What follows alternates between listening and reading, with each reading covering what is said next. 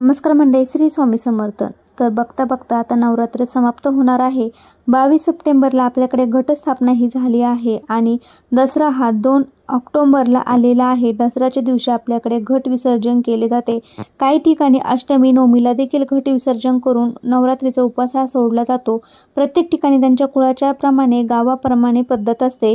तर नवरात्रीमध्ये देवीची तळी केव्हा व कशी भरावी, कुलदेवीचा तळी भंडार कसा करावा हा बऱ्याच जणांना प्रश्न पडतो. तर बघा, आपल्या जशी कुळाच्या प्रमाणे पद्धत चालत आलेली आहे किंवा आपल्याकडे जशी पद्धत आहे त्या दिवशी आपण देवीचा तळी भंडार हा करायचा असतो. बऱ्याच ठिकाणी अष्टमीला घट हलवून उपास सोडून संध्याकाळी तळी ही उचलली जाते.